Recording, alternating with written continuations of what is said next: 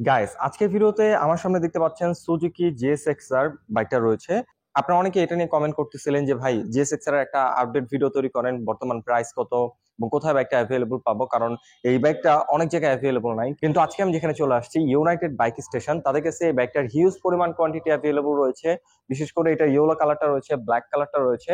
তো আজকের ভিডিওতে আমি আপনাদের এ টু জেড ডিটেলস ধারণা দিব, কোথা থেকে পারচেস করতে পারবেন এবং প্রাইস সম্পর্কে জানাবো। এর পাশাপাশি ইউনাইটেড বাইক স্টেশন থেকে আপনি যদি বাইকগুলো পারচেস করেন বা বাইকটা পারচেস করেন, তাহলে কি কি ফ্যাসিলিটি পাবেন, এ টু জেড ডিটেলস জানতে পারবেন।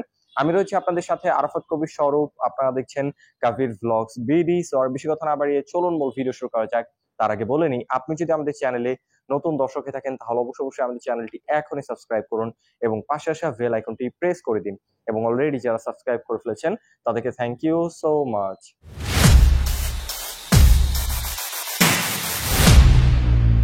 অলরাইট গাইস, এখন যদি সর্বপ্রথম এটা স্পেসিফিকেশনটা শেয়ার করি, চলে আসি এটা মেইন পার্ট ইঞ্জিনে। এটা হলো 4 stock single cylinder 4 valve liquid কুল ডিওএইচসি 147.3 সিসির ইঞ্জিন, যার থেকে ম্যাক্সিমাম পাওয়ার প্রডিউস হয় 18.9 বিএইচপি 10,000 আরপিএম, আর যার ম্যাক্সিমাম টর্ক প্রডিউস হয় 40 নিউটন মিটার 9,000 আরপিএম। এই সেগমেন্টের মধ্যে সব থেকে পাওয়ারফুল ইঞ্জিন ব্যবহার করা হয়েছে এই বাইকটার মধ্যে। আর বিশেষ করে জিএসএক্সআর এর টপ স্পিড থ্রটল রেসপন্স সম্পর্কে আপনার সবাই অবগত আছেন। এটার ইঞ্জিন পারফরমেন্স খুবই ভালো। আর ইঞ্জিন পারফরমেন্স যেহেতু ভালো, অবশ্যই ব্রেকিং ভালো দরকার। তাই এখানে আপনারা প্যাটাল ডিস্ক পাচ্ছেন, সামনেই হিউজ সাইজের একটা প্যাটাল ডিস্ক রয়েছে, রয়েছে এবিএস সেন্সর আর নন ব্র্যান্ডের ব্রেক ক্যালিপার আপনারা এখানে পেয়ে যাচ্ছেন। আর বিশেষ করে কালার কম্বিনেশনটা দেখতে পাচ্ছেন, রিমের কালারটা রেড কালার করে দিচ্ছে এখানে, যে কারণে এটা দেখতে আরো অনেক বেশি জোস লাগতেছে। আর এটার রেয়ার ব্রেকিং নিয়ে যদি কথা বলি, এখানে আপনারা পাচ্ছেন 200 মিলিমিটার একটা ডিস্ক ব্রেক, আর এখানেও এবিএস সেন্সর রয়েছে দেখতে পাচ্ছেন, আর এখানেও প্যাটাল ডিস্ক রাখা হয়েছে। আর এখানে সিঙ্গেল পিস্টন মেশিনের ব্রেক ক্যালিপার রাখা হয়েছে দেখতে পাচ্ছেন। ওভারঅল ব্রেকিং কন্ট্রোল এটা খুবই ভালো পাবেন, যেহেতু এখানে ডাবল চ্যানেল এবিএস পাচ্ছেন আর ডিস্ক রয়েছে দুইটা বড় সাইজের। সো এই কারণে আপনারা এটা ব্রেকিং কন্ট্রোল খুব ভালো পেয়ে যাবেন। আর এটা টায়ার নিয়ে যদি কথা বলি, সামনে আপনারা পেয়ে যাচ্ছেন 90 সেকশনের টিউবলেস টায়ার এবং রেয়ার টায়ারটা পেয়ে যাচ্ছেন 130 সেকশনের টিউবলেস টায়ার।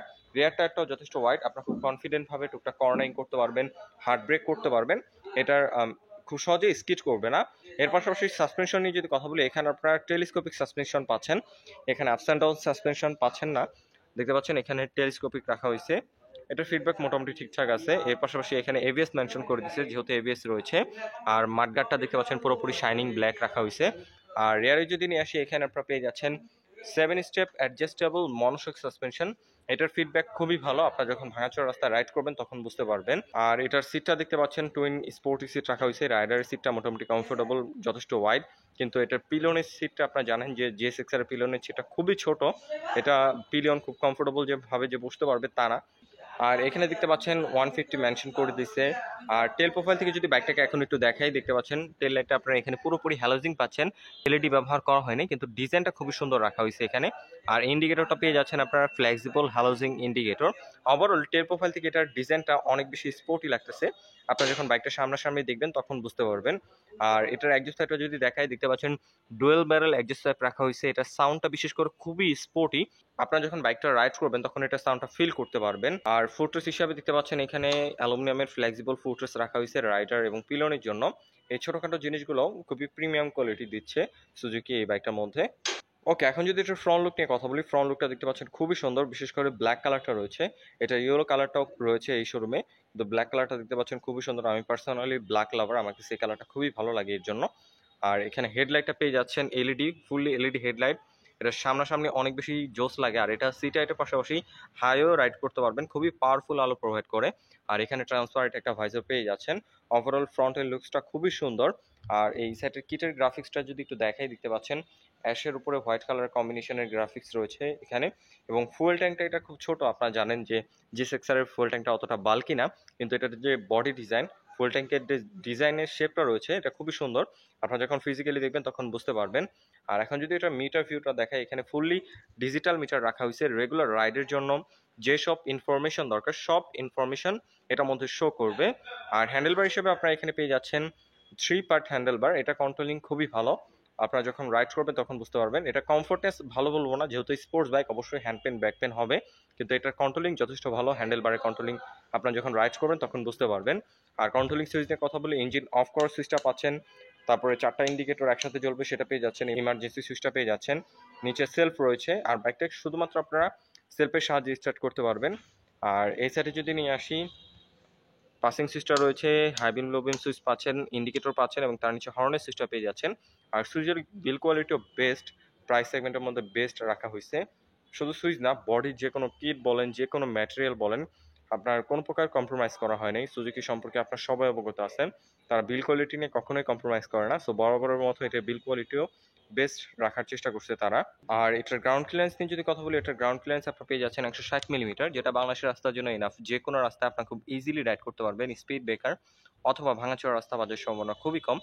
এর পাশাপাশি যেহেতু লিকুইড কুল ইঞ্জিন, অবশ্যই রেডিয়েটর থাকবে। দেখতে পাচ্ছেন কত বড় একটা রেডিয়েটর রাখা হয়েছে। আর এটার ওয়েট ডিস্ট্রিবিউশন নিয়ে যদি কথা বলি, এটা ওয়েট ডিস্ট্রিবিউশন খুব সুন্দরভাবে করা হয়েছে।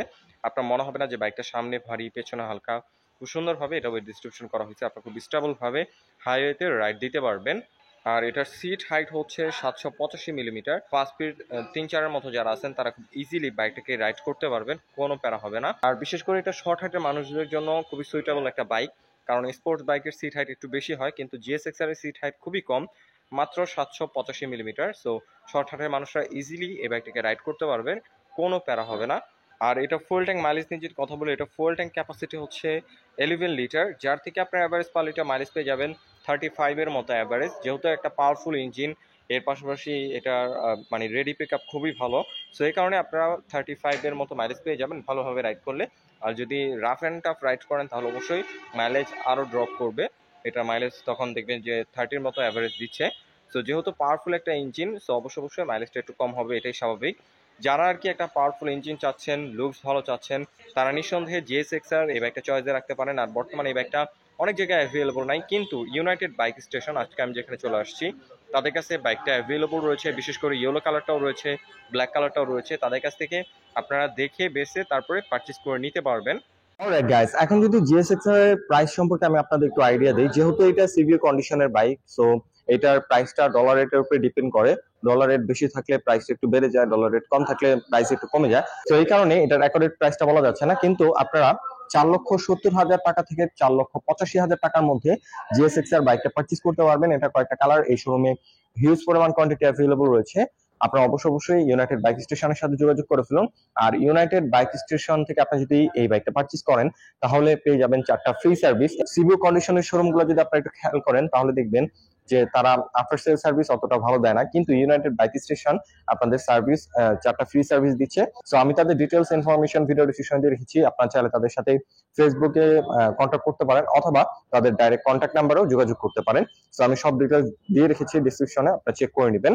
আই হোপ আজকের ভিডিওতে এই GSX-R এর সমস্ত ডিটেলস আপনাদের ধারণা দিতে পেরেছি। যদি ভিডিওটা ভালো লেগে থাকে তাহলে অবশ্যই ভিডিওতে একটি লাইক দিন, এবং পরবর্তীতে কিনে ভিডিও দেখতে চান তার জন্য অবশ্যই একটা কমেন্ট করুন, এবং আমাদের চ্যানেলে নতুন দর্শক হয়ে থাকলে অবশ্যই আমাদের চ্যানেলটি এখনই সাবস্ক্রাইব করুন।